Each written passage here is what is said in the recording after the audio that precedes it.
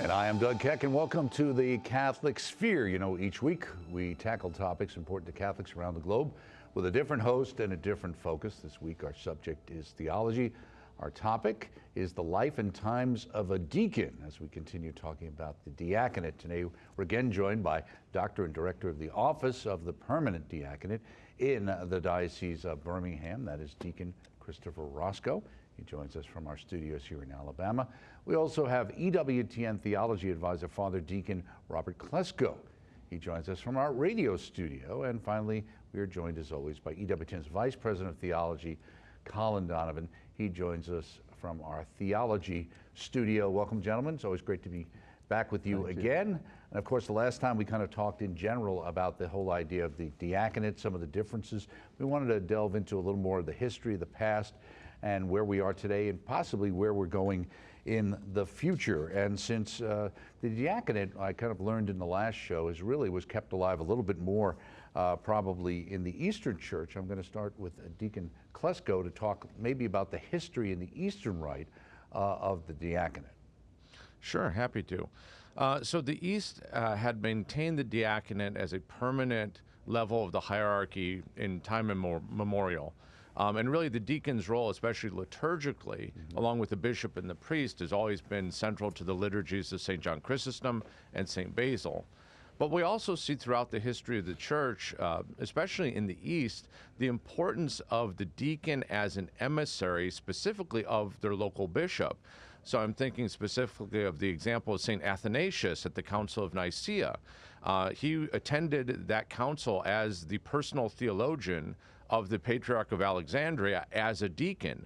And of course we know St. Athanasius, his role at the Council of Nicaea was huge in terms of the formation of the Nicene Creed, which is the bedrock creed for all Christians.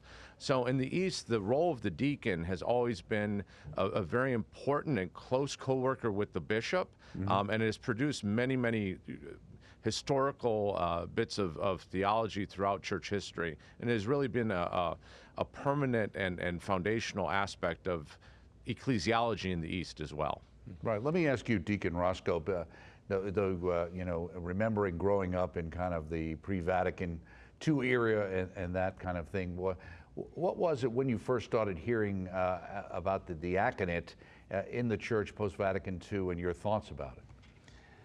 Yeah, so as we was in the 60s, obviously, and then Vatican II began, people started talking about the ability of a married man to become a deacon or to serve in a different way in the church as an ordained deacon. And so that was a new idea growing up in the pre-Vatican 60s and serving Latin Mass, et cetera.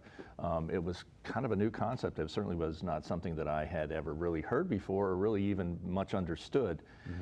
But then post-Vatican II, and particularly the United States in particular, the bishops in the United States very quickly, after there was the statement in Lumen Gentium about the reestablishment of the permanent diaconate for the Western and the Latin Church, they very quickly petitioned Rome to ask for permission to be able to start forming permanent deacons in the diocese in the United States, and permission was given actually fairly quickly, and then the whole process began. Right. I think based on some numbers from last year that was done by a study by CARA, indicated there are about 10,244 permanent deacons in active ministry, at least in I believe in the Latin Rite Church. Let me ask you, Colin, again, that time period kind of Vatican II and lay involvement was big. And, some people would say, well, but you're taking lay people and turning them into kind of miniature priests, and so is that really getting the laity involved? Well, Deacon Chris mentioned in the last program, the first program, how he first got started with lay ministry training, and this was a very common feature. Before you had the permanent diaconate, there was an effort to sort of find people to fill for the decline in vocations after Vatican II. Which was a problem. There were those priests who sought release from their vows so that they could marry and this kind of thing. And so lay ministry was sort of the start of that, and the diaconal programs came along and built upon that, and probably, as in his case, fed into that as well. And I think it does raise this question of a little bit of confusion, and I think the historical examples sort of clarify that. Things in the West that we sort of take for granted, we don't realize the historical meaning and function of them in the early church. We talked about this a good deal in the last program as well, that history. You know, so as far as any adult who is living, they know that, for instance, that each of the cardinals in the church is not just a member of the College of Cardinals, but that he has a rank. He's a cardinal bishop, he's a cardinal priest, or a cardinal deacon. And I don't think many people thought, well, what's a cardinal deacon? Oh, just a division of the College of Cardinals. But in reality, that had a real history in the church that parallels what Robert was saying about the Eastern Church as well. And that is that the bishop's deacon, as he was sometimes called, or also called an archdeacon, was a major functionary in diocese up until the Council of Trent.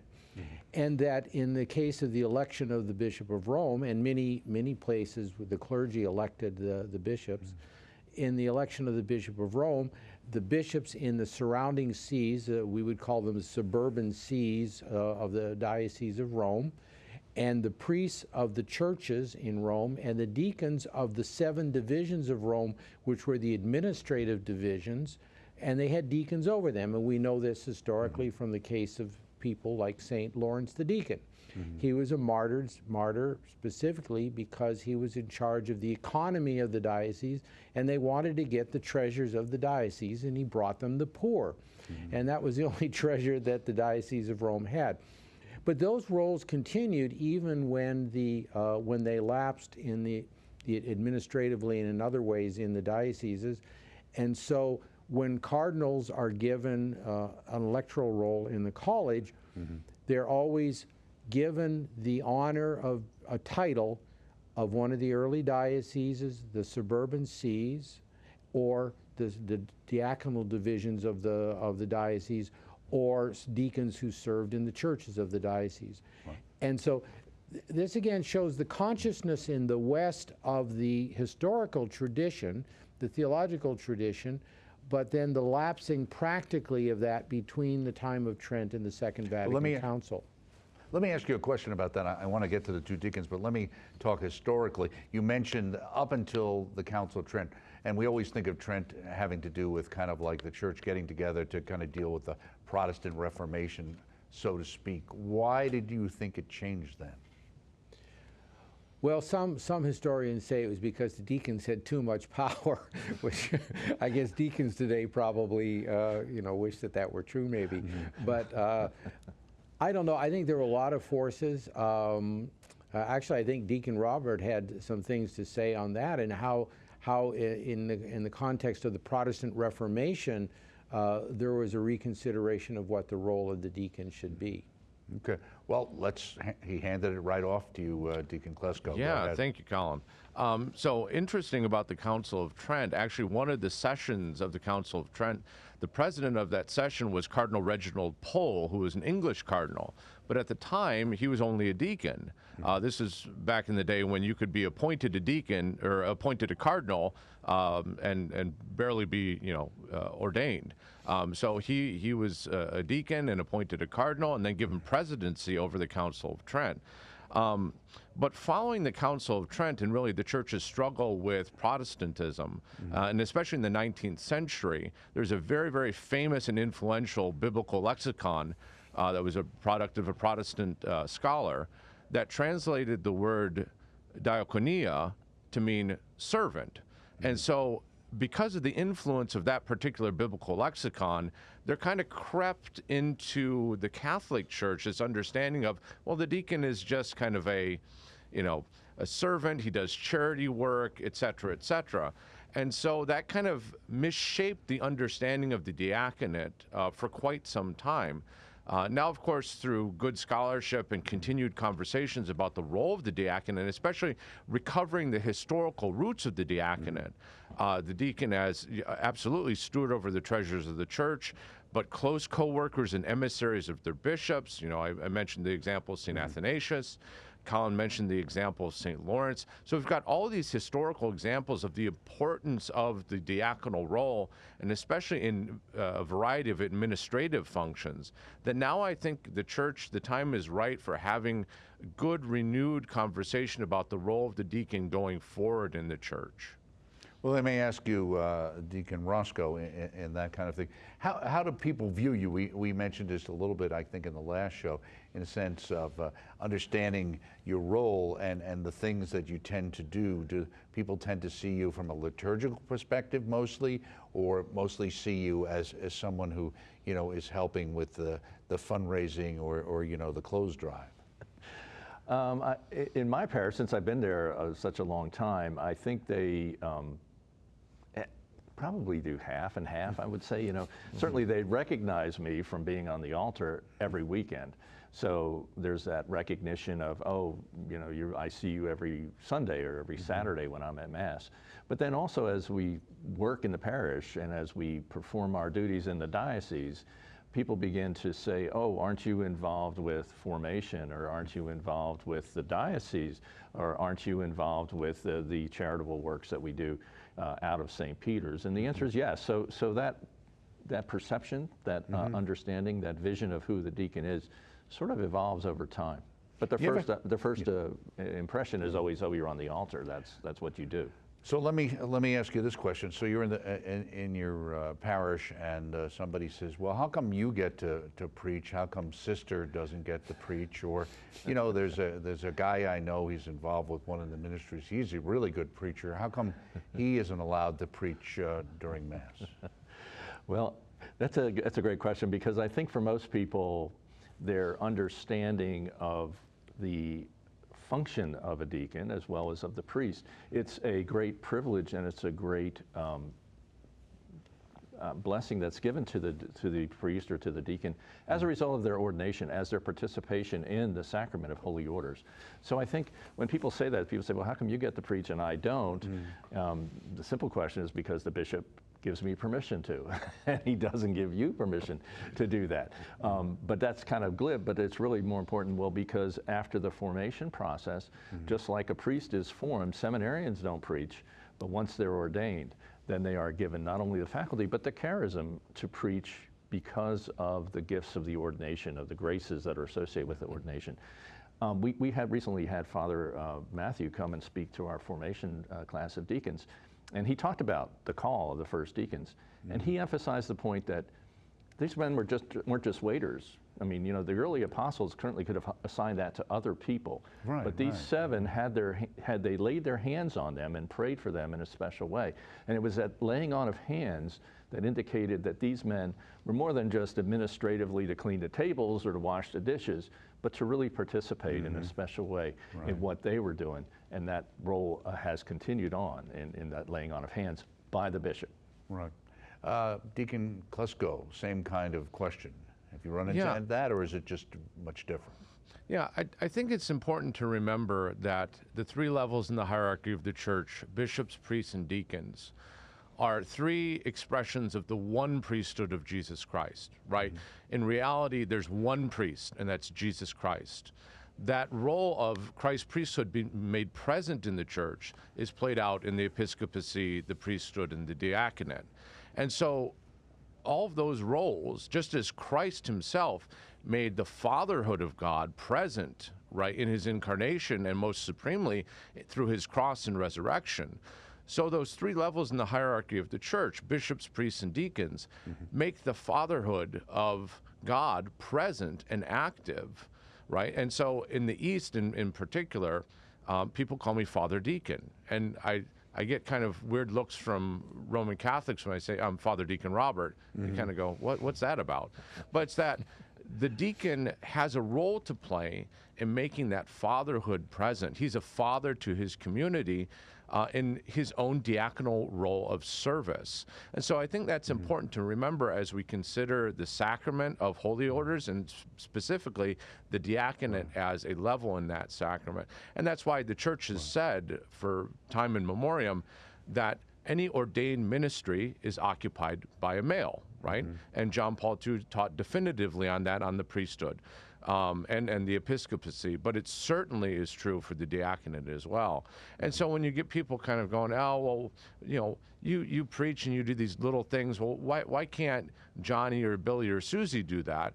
Well, it's a matter of, number one, we've been called from the community, number one. Number two, we've been ordained through the laying on of hands and given that special grace, right? It's not just a task that we've been assigned, it's a grace that we've been given.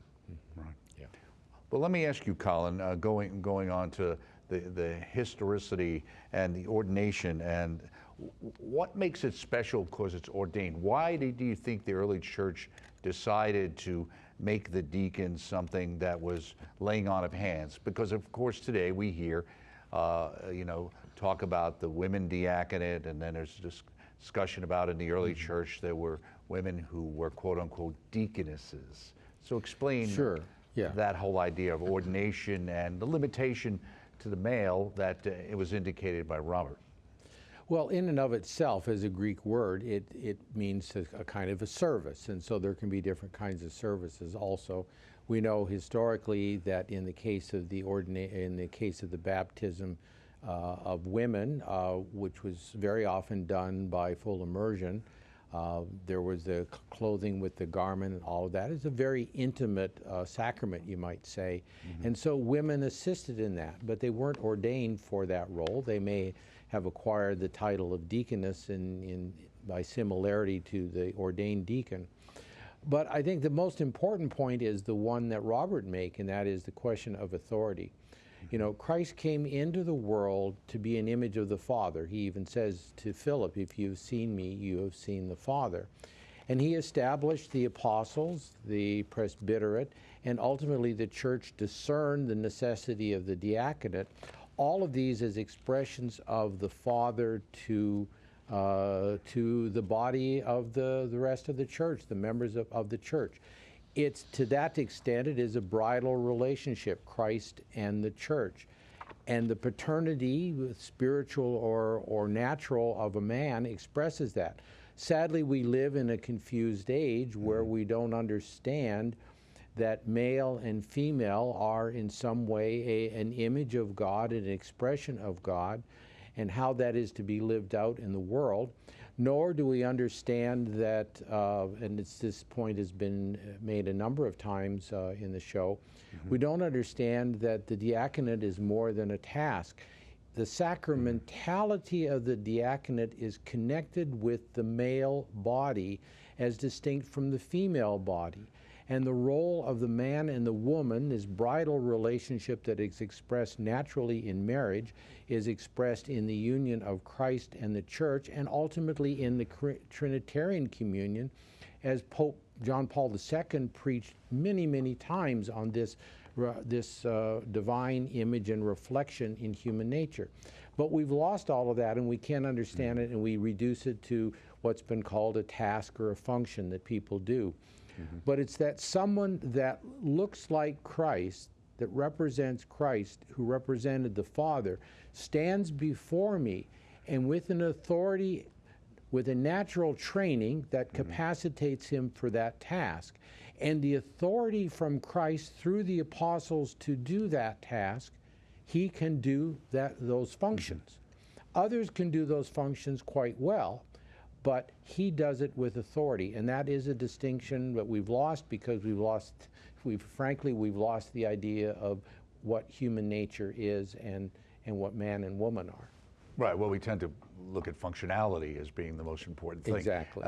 Deacon Chris, let me ask you, in your experiences, do you find that as being an ever-increasing question about women deacons or deaconesses?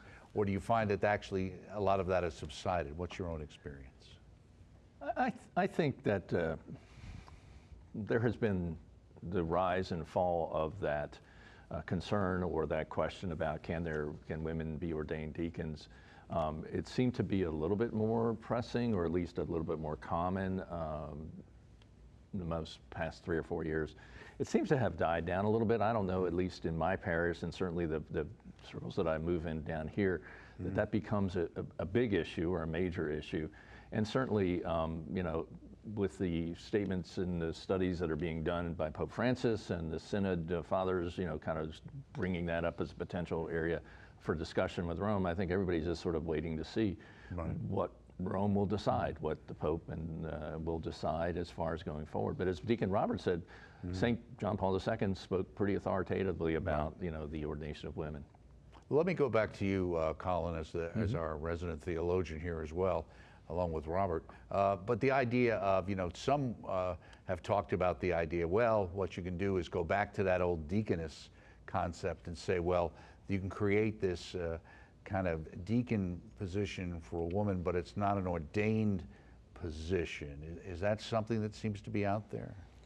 I would say so. I think it was interesting when Pope Francis first came in, and there was a meeting of women religious in Rome. It might have been in his first year or two.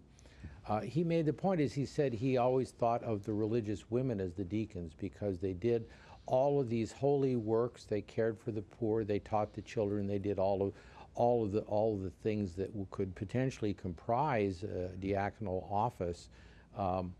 And they did it. They did it without the title, and they did it without the ordination. I think that's still his point of view. I think what is likely to happen, if anything happens in this area, would be some reestablishment of this as a ministry. And so we have the ministries of acolyte and lector. They're not considered ordained orders as they were previously. We have ministries of catechist. We have ministries of this, that, and the other thing. There could be a female ministry that does some things that are similar to the diaconate that wouldn't make them deacons. It would make them servants. And I think there could be a role for that. And to that extent, it would be, it would be similar perhaps to what was done in the early church without crossing a boundary, which seems every study to date has said, and there have been two by the popes over the centuries, over the last decades actually, say that all the data points to the fact that women were not ordained to the diaconate. And I think that will stand, and something else will possibly be created, which would be an office that might have the name. Personally, I think that's just satisfying an interest group, but then I'm not at the head of the church or any of the hierarchical. And unfortunately, it's one of those things that the nuances get lost on the laity, and it can lead to a lot of confusion. Let me ask you, Deacon Klesko, in the Eastern Rite. Now, obviously, I indicated about 10,000 plus permanent deacons. Are there fewer permanent deacons in your rite? Is that a function of the number of people, or are there usually fewer because of the kind of function they take at the liturgy? Yeah, well, being as the Eastern churches are much, much smaller than the Roman Catholic Church, there are fewer deacons by number, just a natural consequence of math. However, the Divine Liturgy itself, when served only by a priest, looks awkward, because there are parts that historically have always been done by a deacon. And so each Eastern Catholic parish, I'm thinking especially Eastern Catholic parishes that use the Byzantine rite, liturgy properly celebrated is with a priest and a deacon. And so I know of some parishes that do not have a deacon. Most of our parishes have 2 to 3 deacons. And parishes that do not presently have a deacon are really working hard to get a deacon for the community, again, because of that continuity, just because of the structure of our liturgy, that it really makes much more sense with a priest and a deacon serving the liturgy. Let me ask you, Deacon Chris, just we were talking about being accepted by the laity. The other issue over the years was being accepted by the priests themselves. How is that going? Well, I think, again, as the permanent diaconate has grown and matured, particularly in this country, the role and the activities of the deacon are certainly more accepted by our priests, and particularly the younger priests. The younger priests who are being ordained and starting in their priestly life realize that there's a lot of work, there's a lot of activity, and to have a helper, to have an ordained minister who is ordained to assist the priest in the name of the bishop, that this gives them a really helping hand. And I think for the younger priests in particular, in our diocese, we have priests asking, do we have deacons who can come to my parish because there's a need, I need help, and there's a need that they can fulfill that. Okay, well, we're going to start with you because we're wrapping up. What would you say to somebody out there who's thinking, well, maybe this is something I'm called to do? What should I do? So I would say to anyone who inquires about what is it to be a deacon, or what do I do? I give them two things. I say, first of all, really pray and ask God to help you discern, because I think, the beginning is to hear the call of service, to hear the call of the Lord that is special to you, and that you really feel this call to serve. The second thing is to seek out an ordained either deacon or certainly your parish priest. Start talking to them, asking them, what is it that this is about? Do you think this is something I could do? How do you see me as an individual? How can I know whether or not this is what God's calling me to do? So I give them those two things. I say, pray and discern, and talk to a deacon or a priest. And then finally, if you're married, talk to your wife, but that's a little bit further down. Okay, same question for you, Deacon Klesko. I would say, have people in my community said, hey, you have the disposition to be a good deacon. Because those original deacons in Acts 6 were called out of the community to fill that need. So if people at your parish recognize you, that you have the qualities to make a good deacon, then follow up on that, talk to a vocation director, of course, do everything that Deacon Chris just said. But I think that's really important. That call from the community to fill that role is oftentimes the voice of God giving that invitation to a man to consider the diaconate. Okay, Colin, you have 30 seconds to give us your insights from the church. Well, I concur with what both my colleagues said, and that is to listen. Listen to God and follow that, even if it ends up being a dead end.